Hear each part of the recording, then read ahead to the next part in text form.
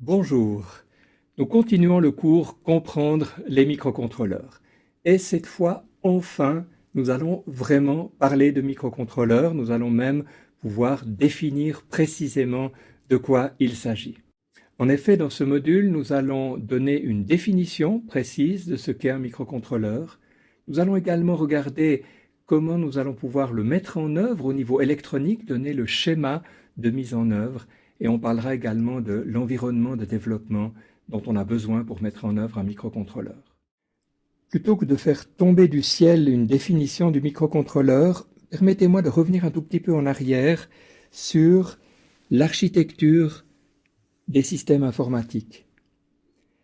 On avait vu qu'un système informatique contient un processeur, qu'il contient une mémoire de programme, qu'il contient une mémoire vive. Et puis évidemment qu'il contient de quoi dialoguer avec l'extérieur, des entrées-sorties. Il y a évidemment une horloge ici qui permet de cadencer le fonctionnement du processeur et donc de l'ensemble du système. Notez que ce schéma d'un système informatique peut correspondre à beaucoup de systèmes informatiques différents.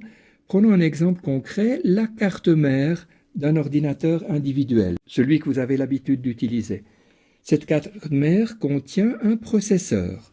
Ce sera, par exemple, un processeur du type P4, Pentium 4, ou encore ce sera peut-être, si vous êtes fortuné, un i7, la dernière génération en 2013. Ce processeur sera cadencé par une horloge peut-être de 3 GHz, ou un petit peu plus, ou un petit peu moins. Vous aurez certainement des barrettes de mémoire sur votre système. Peut-être aurez-vous 4 gigabytes de barrettes de mémoire. Vous aurez certainement des entrées et des sorties, par exemple un clavier, par exemple une souris pour les entrées. Vous aurez certainement un écran et bien d'autres choses pour les sorties. Petite question, est-ce que vous aurez une ROM dans votre système? C'est vrai qu'on en a peut-être moins conscience, les fabricants n'en parlent pas, mais tout système informatique a une mémoire morte pour que le programme puisse s'exécuter au démarrage. Et dans le cas d'un système informatique d'une carte mère, il s'agit de ce qu'on appelle le BIOS, pour ceux qui ont un petit peu fait de la maintenance informatique. Eh bien, figurez-vous qu'un microcontrôleur peut répondre exactement au même schéma bloc que tout à l'heure. J'ai pris le même dessin, j'ai pris les mêmes expressions. Il s'agit toutefois pas tout à fait du même dispositif. Peut-être que nous aurons un processeur cadencé à une fréquence de 8 MHz. On est loin des 3 GHz de tout à l'heure. Le processeur sera certainement beaucoup moins puissant que votre Pentium 4 ou que votre i5 ou i7. La taille de la mémoire, dans un microcontrôleur qu'on va utiliser, on trouvera 512. Tiens, 512 quoi? Eh bien, simplement 512 bytes, 512 octets. On est bien loin des 4 gigabytes que vous avez peut-être sur votre ordinateur. On a une mémoire de programme d'une certaine taille, par exemple 16 kilobytes. Ça veut dire, pour un certain nombre de systèmes, qu'on va pouvoir mettre environ 8000 instructions, ce qui est déjà intéressant. Finalement, les entrées-sorties, ce sera effectivement des entrées-sorties binaires avec possibilité de sortir ou d'entrer des 0 ou des 1. Mais ce qui est intéressant, c'est que tout ce système informatique peut tenir dans un seul circuit intégré. On va avoir ici un seul circuit intégré qui va contenir tout ce système informatique. Un circuit intégré, en anglais Integrated Circuit.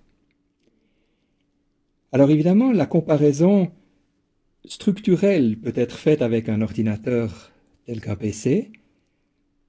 D'autres comparaisons sont un petit peu plus difficiles à faire. On a beaucoup moins de mémoire, on a beaucoup moins de puissance de calcul, Mais on a aussi un système qui coûte beaucoup moins cher puisqu'on trouve de nombreux microcontrôleurs dont le prix est inférieur à 1 euro. Donc je peux maintenant me lancer dans une définition du microcontrôleur. Le microcontrôleur est un circuit intégré qui contient un petit système informatique.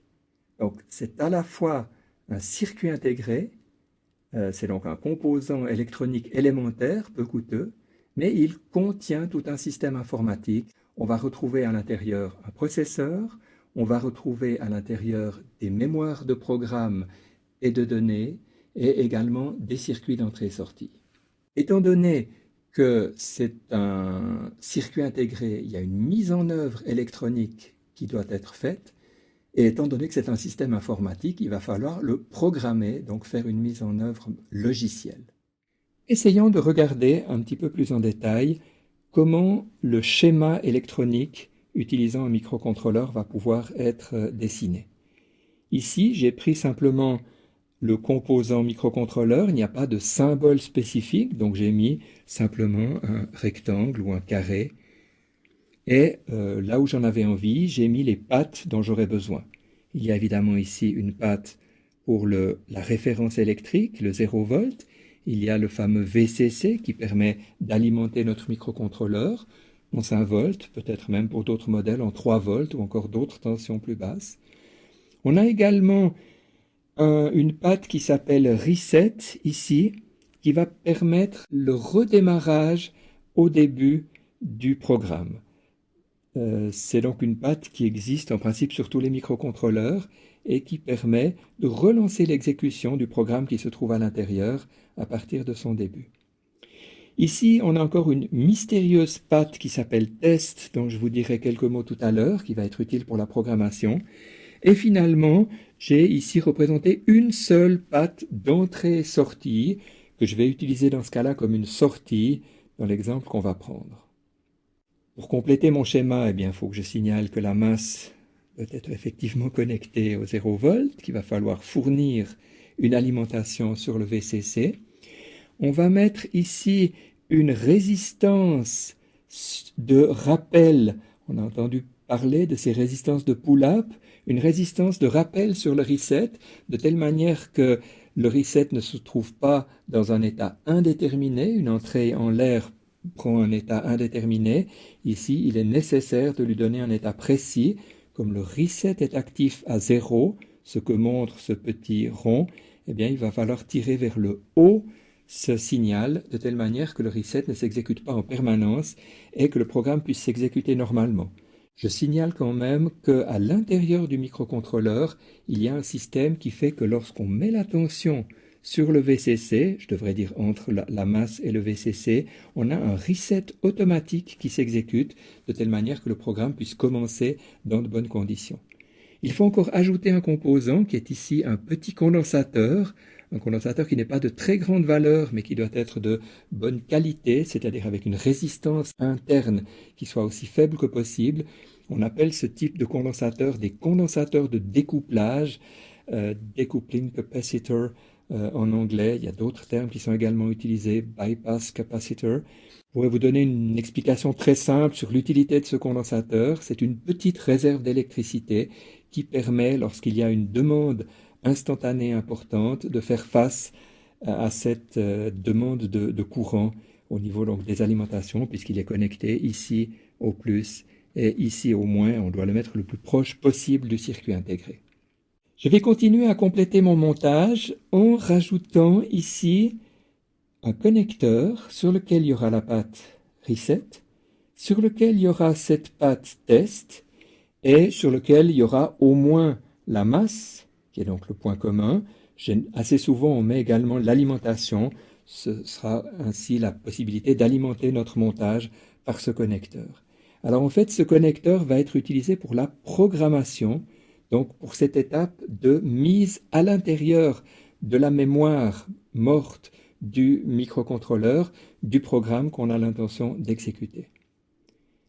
J'ai presque terminé. Je peux maintenant très simplement compléter mon montage en rajoutant ici par exemple une diode lumineuse. Ce sera la seule sortie de mon système qui n'aura même pas d'entrée. On pourra par exemple faire clignoter cette diode lumineuse. C'est quelque chose qui est peut-être pas très sophistiqué, mais si on peut faire clignoter une diode lumineuse et faire varier d'un programme à l'autre sa vitesse de clignotement, on aura déjà la conviction qu'on a réussi à faire fonctionner notre microcontrôleur.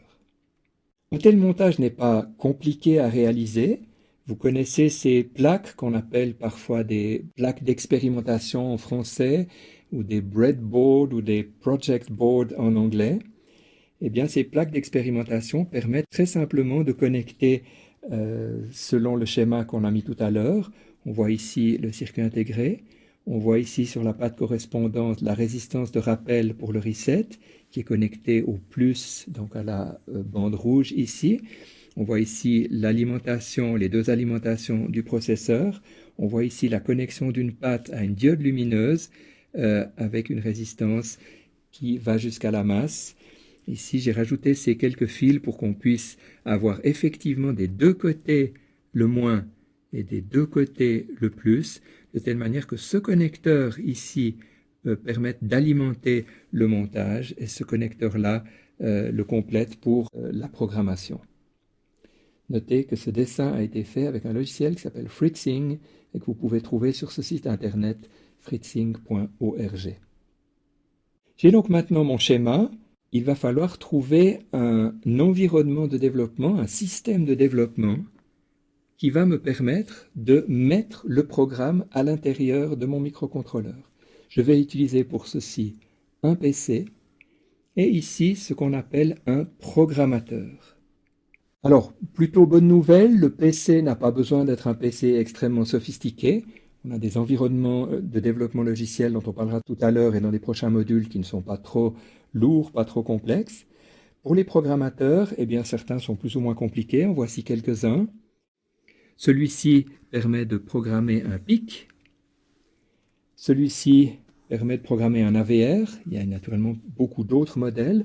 Celui-là est quelque chose d'un petit peu plus sophistiqué pour des systèmes un petit peu plus coûteux. Ici, on a un programmateur extrêmement simple qui n'a pratiquement pas d'électronique.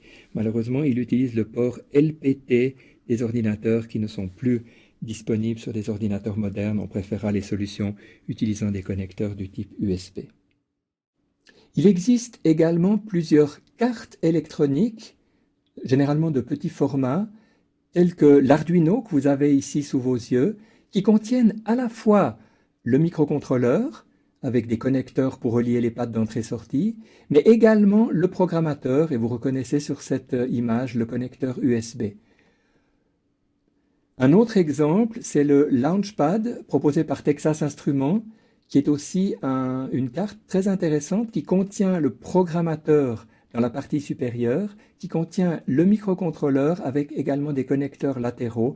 Et nous allons abondamment utiliser cette carte pour faire des démonstrations durant ce cours, comprendre les microcontrôleurs.